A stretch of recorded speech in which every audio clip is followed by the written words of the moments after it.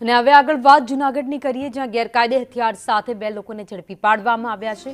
નિવૃત્ત આર્મી જવાને પિસ્તોલ અને અન્ય શખ્સને આપી લાયસન્સ વગરની પિસ્તોલ આપી જાહેરનામાનો ભંગ કર્યો છે। જૂનાગઢ એસઓજી પોલીસે બંને ઇસમોને ઝડપી પાડ્યા છે।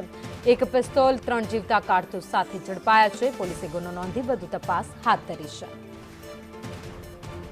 લાયસન્સ વગરની પિસ્તોલ આપી જાહેરનામાનો ભંગ કરવામાં આવ્યો છે। જૂનાગઢમાં ગેરકાયદેસર હથિયાર સાથે બે શખ્સોને ઝડપી પાડવામાં આવ્યા છે, જેમાં નિવૃત્ત આર્મી જવાને લાયસન્સ રિન્યુ કરાવી જાહેરનામાનો ભંગ કર્યો છે। લાયસન્સ વગરની પોતાની પિસ્તોલ અન્ય શખ્સને તેણે આપી દીધી હતી। જોકે સમગ્ર ઘટનાનો મામલો સામે આવતા જ પોલીસે ગુનો નોંધી વધુ તપાસ હાથ ધરી।